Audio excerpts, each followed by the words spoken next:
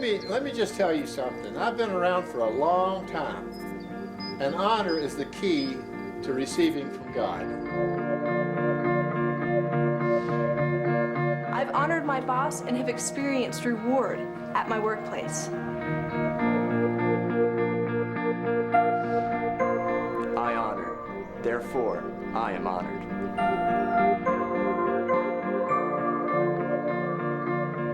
Amém, amém, amém! Bem, muito bem! Eu acho que... temos uma multidão faminta hoje aqui. Isso é maravilhoso! Ouçam, estamos muito empolgados de estar aqui. Para a gravação do currículo A Recompensa da Honra serão 12 sessões. Estamos muito felizes em começar nossa primeira sessão hoje. E temos um grupo bem faminto aqui, e eu realmente me empolgo com isso, certo? E antes mesmo de começar, eu quero orar ao Senhor para que Ele realmente possa mudar nossas vidas com essa série, amém? Pai, em o nome de Jesus, primeiramente estamos muito gratos por sermos seus filhos. Você poderia nos ter feito escravos e já seria bom, mas você nos chama filhos e filhas de Deus em o nome de Jesus e por isso somos eternamente gratos. Então hoje, Pai, nos achegamos a você com ousadia no seu trono em nossos corações. E, Senhor, sabemos pela tua presença que o teu Espírito Santo está aqui. E onde quer que esse currículo seja assistido, damos boas-vindas à sua presença, Espírito Santo. E, Pai, eu te peço que essa noite você unja nossos olhos para vermos, unja nossos ouvidos para ouvirmos e nos dê um coração para entender e perceber. Revele-nos Jesus de forma maior do que jamais o vimos antes. Eu te peço que à medida que o contemplemos, você nos mude de glória em glória, pelo Espírito do Deus vivo. Eu te peço que como resultado da tua palavra, nossas vidas sejam mudadas, nossas casas sejam mudadas e nossas igrejas sejam mudadas. Pois eu decreto essa noite, Senhor e Pai, que o seu reino já veio e que a sua vontade será feita nesse lugar, aqui na terra como no céu. E por isso eu te dou a glória, a honra, o louvor, a ação de graças e no santo nome de Jesus, que é poderoso, majestoso, incomparável, eterno, grandioso e maravilhoso. Todos que concordam gritam... Amém! Agora agradeça a Ele mais uma vez pelo que Ele vai fazer, certo? Obrigado, Senhor! Aleluia! Amém, amém, amém, amém! Você pode sentar. Você pode sentar hoje. Eu quero que você abra sua Bíblia comigo, por favor. Vamos começar em 2 João. E se você puder, ponha um marcador no Evangelho de Marcos, capítulo 6. Sim, é uma boa ideia. Esta é a primeira sessão da Recompensa da Honra. E o título dessa sessão é Honra. Repita, honra. Certo, então eu quero ler os primeiros 3 parágrafos que eu escrevi do livro A Recompensa da Honra. Então, por favor, ouça. Honra. Uma virtude quase extinta no século XXI. Porém, ainda tem o poder de nos comover. Aquece os corações quando demonstrada em filmes. Muitos choram devido à coragem e o sacrifício. Reveja os grandes sucessos de todos os tempos e você encontrará a honra entremeada em seus roteiros. Aplaudimos romanticamente, mas onde está a honra na nossa vida diária? Ela se tornou um elemento estranho à nossa geração. Eu quero vê-la restaurada, quero ver a honra restaurada entre filhos e filhas. Ela é a chave essencial, ouçam com cuidado o que digo. Ela é a chave essencial para receber de Deus. E por esta razão o inimigo das nossas almas tenta frequentemente eliminá-la da nossa vida. Ela traz grandes recompensas, recompensas que Deus deseja que você receba. Você está prestes a embarcar em uma jornada que vai te levar ao coração de Deus. Ela vai afetar a sua vida de uma forma muito prática, muito embora seja uma análise profunda e espiritualmente revelada da palavra de Deus. Muitos não a descobrem até ser tarde na vida. Por esta razão, João apóstolo urgentemente escreve. E é aí que vamos começar em 2 João no verso 8, tem apenas um capítulo. Em 2 João, então no verso 8 lemos: acautelai-vos, repitam, eu vou me acautelar. Ou seja, essa mensagem não é para a pessoa ao seu lado, certo? Então, esposas, essa mensagem não é para o seu marido. Maridos, essa mensagem não é para suas esposas, certo?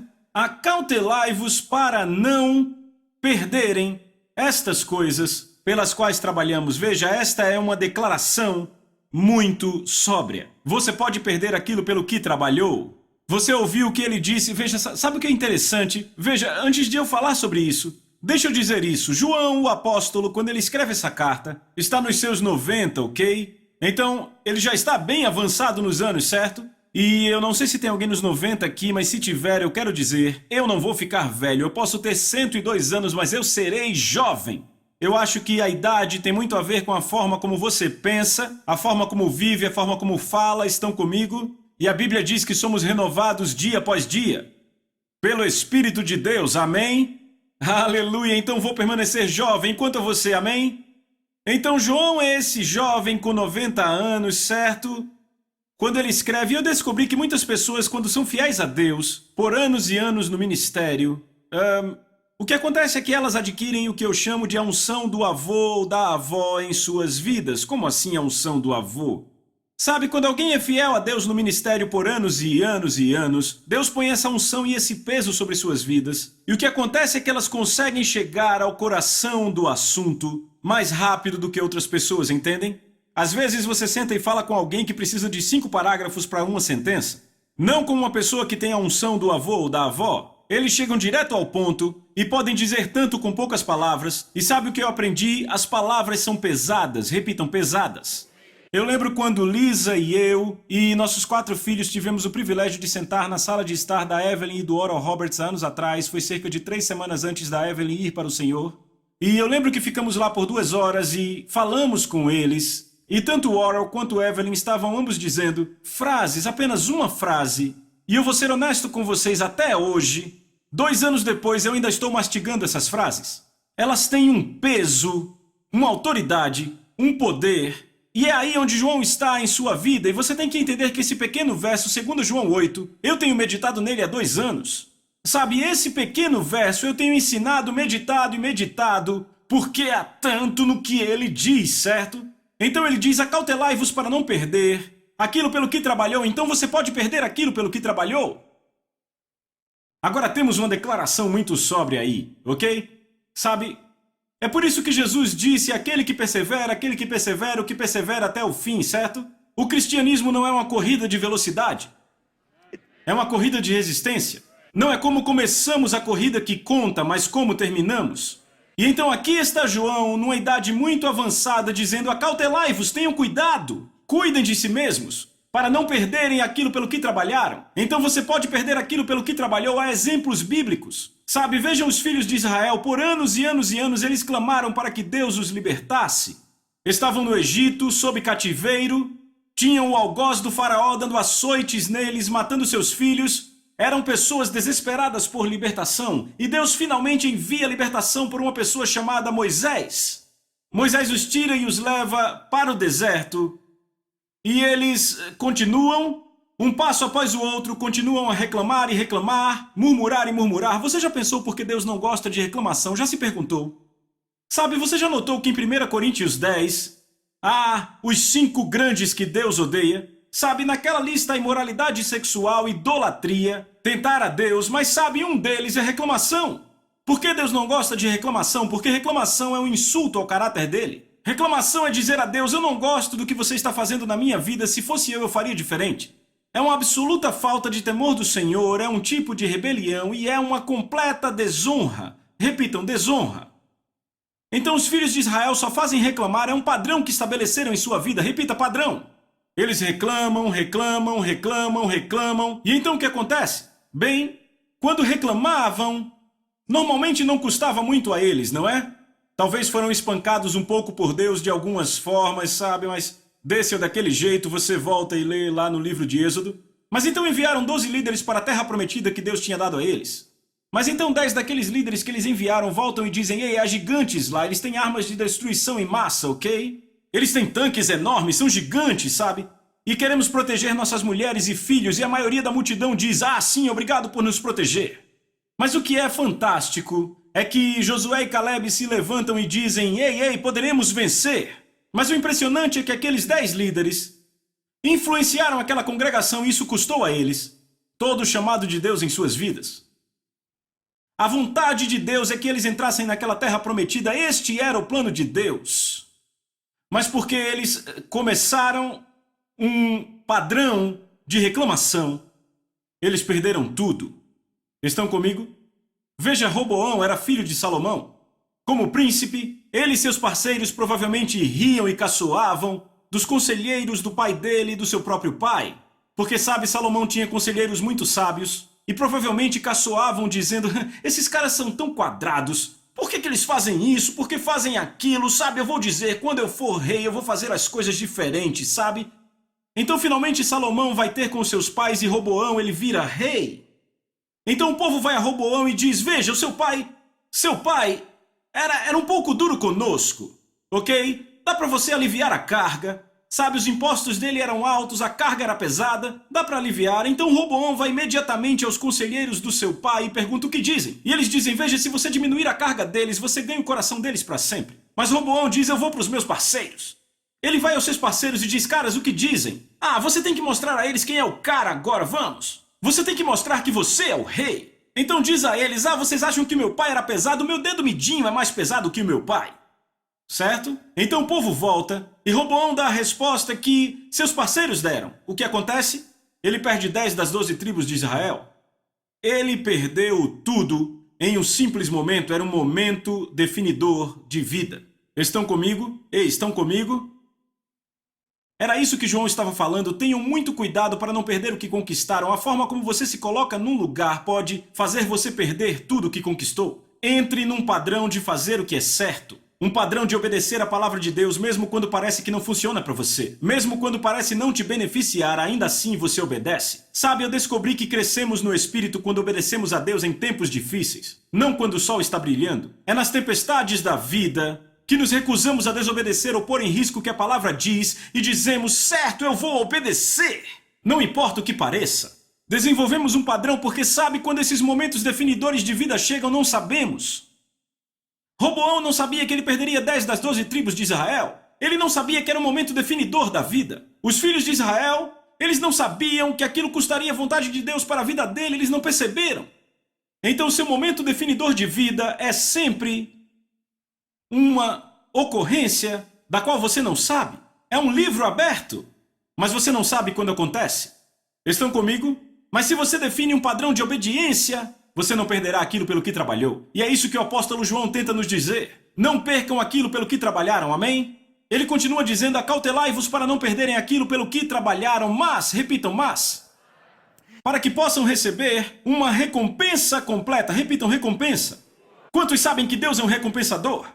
Ah, eu acho muito pouco. Quantos sabem que Deus é um recompensador? Meu Deus, ele é um recompensador, certo? Sabe como ele se apresenta a Abraão? Como é que ele se apresenta a Abraão? Ele diz: eu sou o seu escudo, sua grandiosa recompensa. Que forma de se apresentar a alguém? Sabe, ele se apresenta assim e Abraão cai e ele levanta e ele diz: eu sou o seu escudo e sua grandiosa recompensa. Em Salmos 19:11 a Bíblia diz: em guardar as promessas da aliança de Deus há uma grande recompensa. E podemos ver outras passagens pela Bíblia de como Deus quer e deseja nos recompensar. Estão comigo? Agora eu posso dizer, como pai de 4 filhos, eu sei um pouco mais como é o coração do pai. Porque o quanto ele ama nos recompensar. Sabe, como pai, eu amo recompensar meus garotos. Sabe, eu amo olhar para o olho deles quando eles dizem: que legal, papai, depois que eu dou algo, certo? Eu amo isso, ok? Então eu creio que Deus é assim. Mas como um pai sábio, eu aprendi algo. Eu não vou recompensar os meus filhos a não ser que eles conquistem ou mereçam. Estão comigo? Por quê? Porque se você recompensar seus filhos sem que eles conquistem ou mereçam, você vai tirar deles o incentivo. E quantos sabem que incentivo é algo bom? Não é algo ruim? Estão acompanhando? Agora notem João, olhem na sua Bíblia e veja. João diz: acautelai-vos para não perderem aquilo pelo que trabalharam, mas para que possam receber uma recompensa completa. Agora repitam: uma recompensa completa. Digam de novo: recompensa completa. Eu comecei a pensar sobre isso. E comecei a pensar, sabe, para haver uma recompensa completa, o que quer dizer? Que é um cenário de recompensa parcial e há um cenário sem recompensa.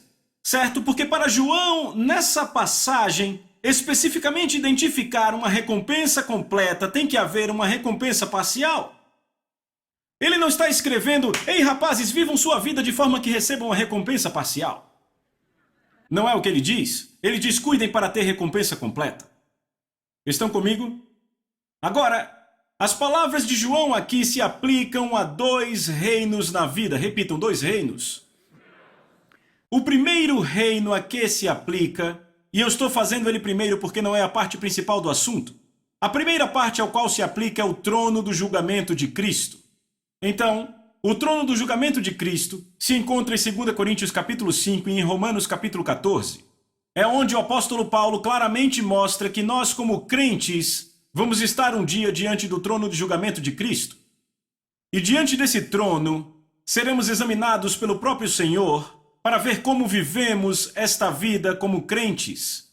Talvez alguns possam ficar preocupados agora. Nesse trono não seremos julgados pelos nossos pecados, porque como crentes nossos pecados foram erradicados pelo sangue de Jesus, diga graças a Deus.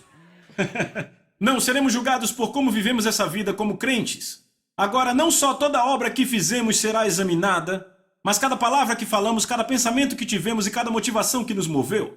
E como resultado do exame do Senhor, porque deixa eu dizer uma coisa, a palavra julgamento simplesmente quer dizer uma decisão resultante de uma investigação. Então Jesus vai investigar nossas vidas, e como resultado da investigação ele vai tomar decisões. E a Bíblia é muito clara que as recompensas que podemos receber e as perdas que podemos sofrer se referem a tudo, ouçam isso, em qualquer lugar, desde reinar ao lado de Cristo para sempre, até ao ponto de ter tudo o que fizemos queimado. É um alcance bem grande, não é? A primeira seria recompensa completa e a última, nenhuma recompensa e tudo entre elas seria recompensa parcial. E sabe o que mais é interessante? Hebreus capítulo 6, verso 2 nos diz que esses julgamentos ou decisões que ele vai tomar sobre nossas vidas são eternos. Repitam, julgamentos eternos. Ou decisões eternas, ou seja, as decisões que ele tomar sobre nossas vidas, não haverá mudanças para elas, não haverá nenhuma variação, não haverá nenhuma emenda, permanecerão para sempre. O que isso me diz, então, é que o que eu faço com a cruz determina onde vou passar a eternidade, todos sabemos disso, céu ou inferno. No entanto, a nossa vida como crentes determina como vamos passar a eternidade. Agora, eu falo disso em profundidade no livro chamado Movido pela Eternidade. Neste, a recompensa da honra, vamos um passo adiante, falamos do segundo aspecto do qual João escreve. Repita, o segundo aspecto. O segundo aspecto do qual João está falando é o seguinte: esta vida, repitam, esta vida. 1 Timóteo 4,8 declara, prestem atenção aqui. Paulo diz, a piedade é proveitosa para tudo, tendo a promessa da vida que agora é, repitam, agora é, e a que há de vir. Então a parte que há de vir tratamos completamente em Movido pela Eternidade. Então vamos falar do agora é. Porque eu creio firmemente com todo o meu coração que João está dizendo vivam de tal forma que recebam a recompensa completa. E ele está falando agora nesta vida. Aleluia! Porque deixa eu te dizer, Deus o Pai, o nosso Pai, quer nos recompensar nesta vida. Repita, nesta vida. É disso que falamos nesse livro inteiro, certo? Como eu sei disso? Porque Provérbios 11:31 diz o seguinte. Ele diz, o justo será recompensado na terra. Deus, eu amo isso. Preciso dizer de novo. Eu acho que precisamos ouvir mais uma vez. Provérbios 11:31 diz, o justo será recompensado na terra. Repita, isso é para mim. Diga, isso é para mim.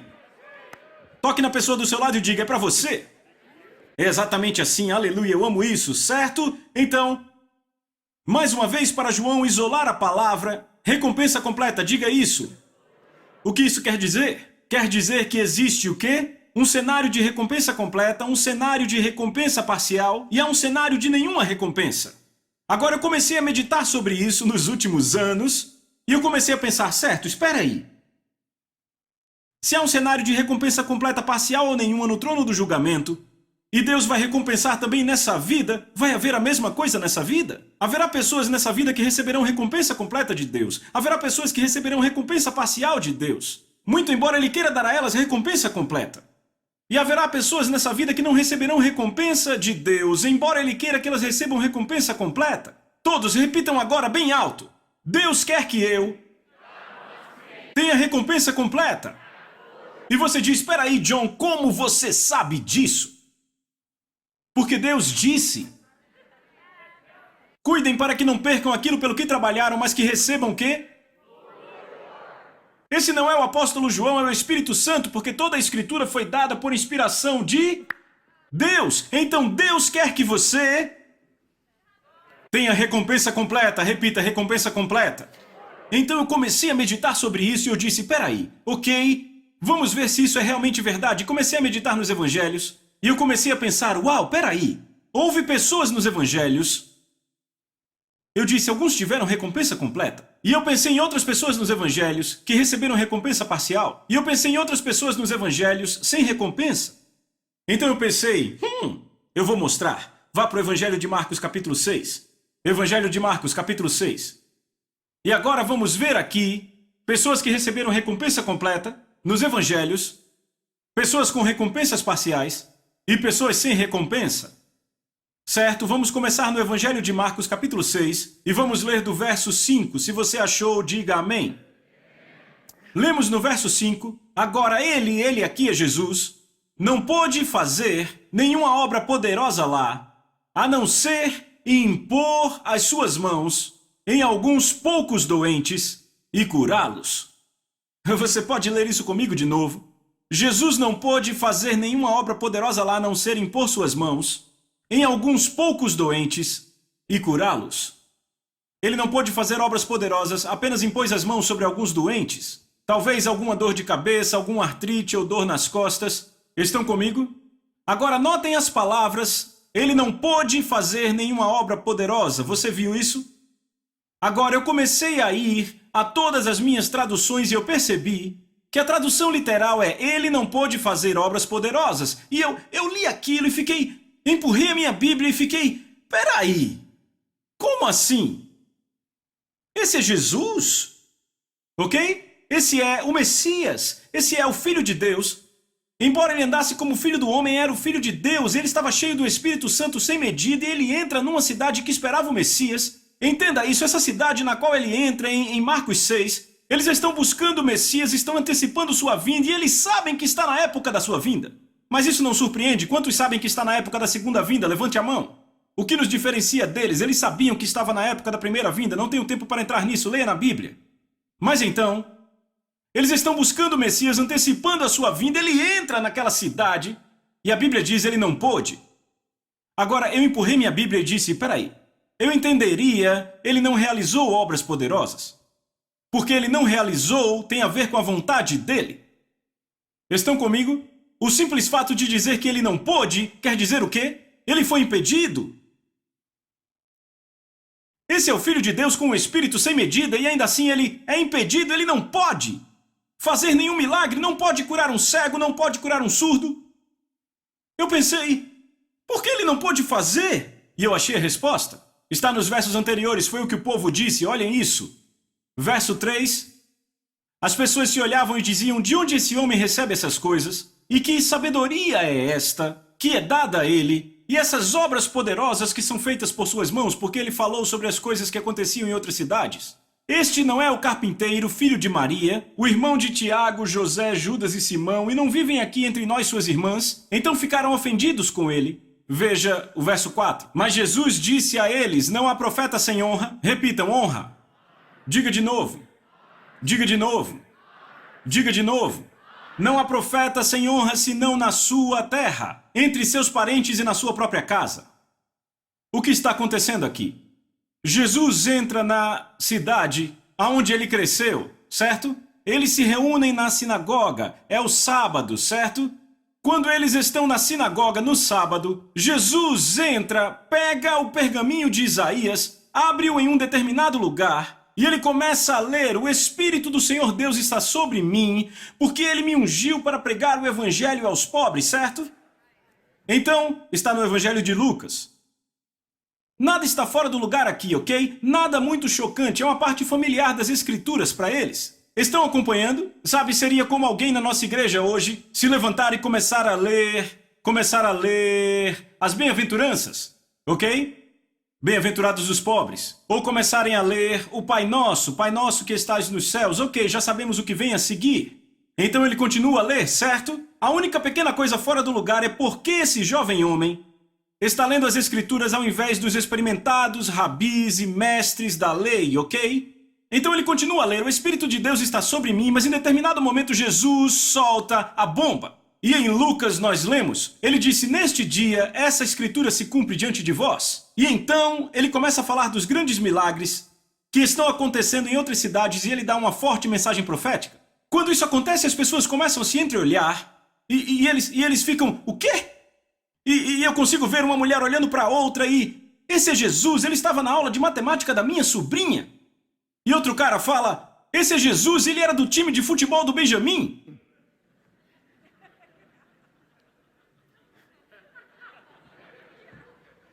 E outros, ele morava do nosso lado. E outro casal se olha e diz, foi ele que fez a mesa da nossa cozinha?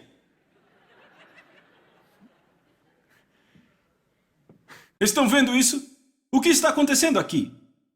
Eles pensam, quem ele pensa que é? O Espírito de Deus está sobre mim?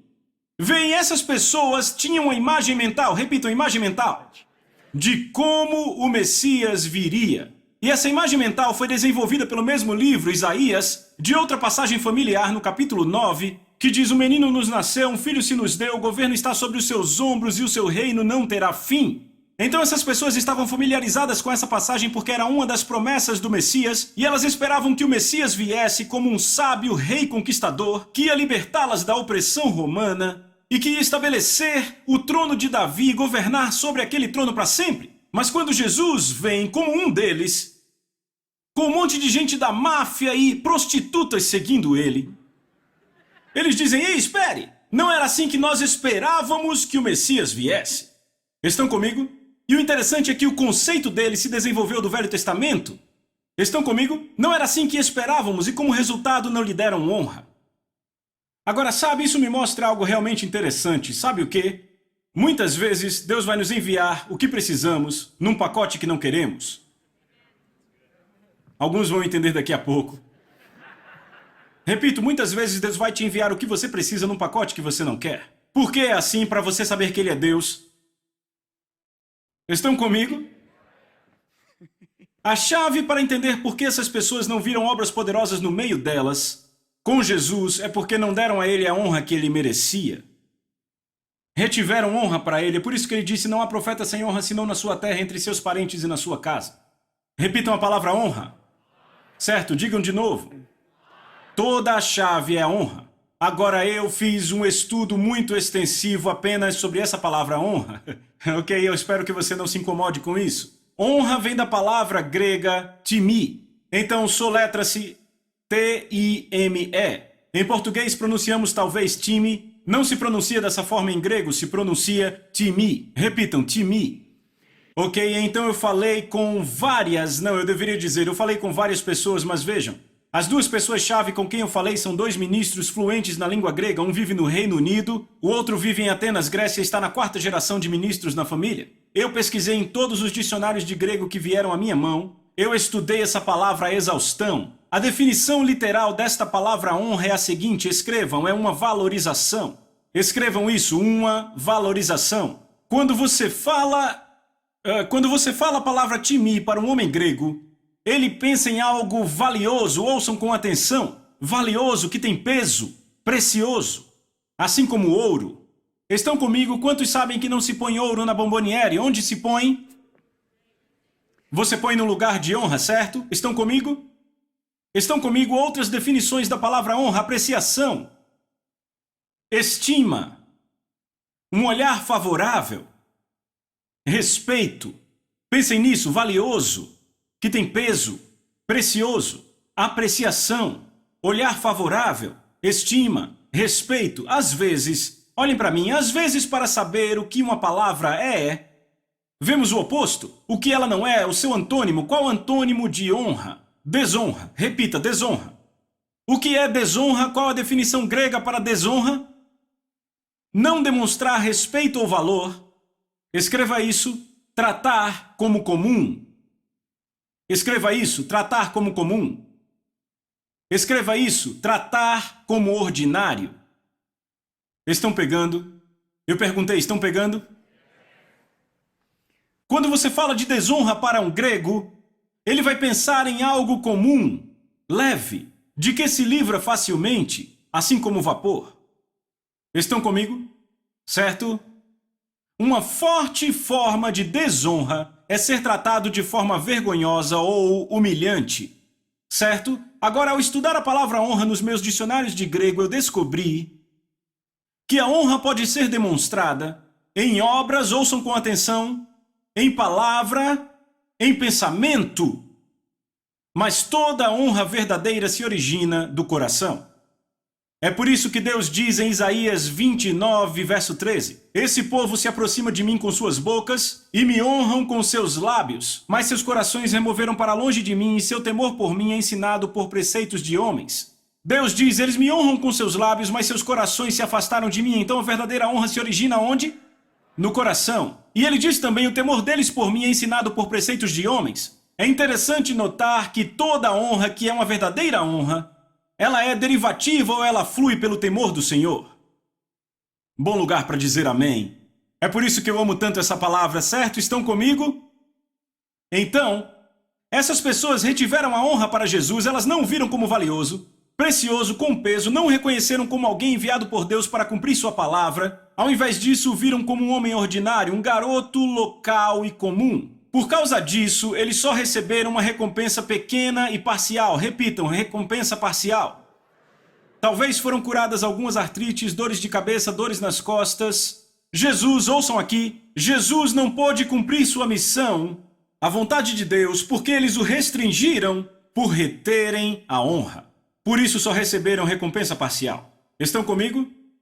Então, no Evangelho de Lucas, capítulo 5, vou falar rapidamente. Lucas, capítulo 5, Jesus está ensinando numa grande casa. Repita, uma grande casa. Certo, é uma casa muito grande porque a Bíblia diz que havia uma multidão de mestres e pregadores lá, certo? Provavelmente algumas centenas de pessoas na sala de estar daquela casa e Jesus está pregando. Estão comigo? E a Bíblia diz o seguinte, que o poder do Senhor estava lá para curar a eles. Repitam, eles. Quem são eles? Os mestres e pregadores, certo? Agora, quantos sabem que Deus não desperdiça nada? Não ouvi muitos améns, eu vou tentar de novo. Quantos sabem que Deus nunca desperdiça nada? Veja Jesus alimentando os 5.000 e os 4.000. Ele coletou toda a sobra dos peixes e dos pães, certo? Enquanto nós teríamos jogado no lixo, Jesus fez o quê? Ele coletou tudo, porque Deus não desperdiça nada, certo? Então, se o poder do Senhor estava lá, presente para curá-los, sabe o que isso quer dizer? Pelo menos um deles, e provavelmente pela minha experiência com centenas de pessoas, algumas dúzias de pessoas precisavam ser curadas ali. Certo? Se ninguém precisasse ser curado, o poder de Deus não estaria ali, porque Deus não desperdiça nada. Mas sabe o que mais? Ninguém foi curado. Não até que alguns homens chegaram com um paralítico e tinham esse cara numa maca, carregado, e não conseguiam entrar porque havia muitos mestres e pregadores ali. Então eles vão para o telhado, afastam as telhas, eles descem o homem, e a Bíblia diz que quando Jesus viu a fé deles, ele disse, homem, os seus pecados estão perdoados. Quando Jesus fez essa declaração, a Bíblia diz que os mestres e pregadores apenas pensaram o seguinte, repitam, apenas pensaram isso. Eles não disseram nada, eles pensaram consigo mesmos, a Bíblia diz. Como assim? Ele pode perdoar pecados? Apenas Deus perdoa pecados. E sabe o que a Bíblia diz? Quando Jesus percebeu seus pensamentos. Eles não disseram nada. Deixa eu te dizer, pensamentos contam. Boa pregação, John. Amém. Eu vou ajudar alguns aqui. Quando ele percebeu seus pensamentos. Uau! O que é mais fácil dizer? Seus pecados estão perdoados ou levanta e anda? Então, para que saibam que o Filho do Homem é poderoso para perdoar pecados, ele disse ao paralítico, levanta-te e anda. Sabe o que a Bíblia diz? Que os homens se levantaram, pegaram suas coisas e foram embora. E sabe o que mais? Sabe o que mais a Bíblia diz? Os mestres e pregadores grandemente se impressionaram. Impressionados, mas sem receber nenhuma cura. Eles não tiveram recompensa nenhuma. Por quê? Porque desonraram Jesus. Apenas nos seus pensamentos. Acabamos de terminar a sessão 1. Então, na próxima semana, vamos para a sessão 2. Vejo vocês lá. Amém.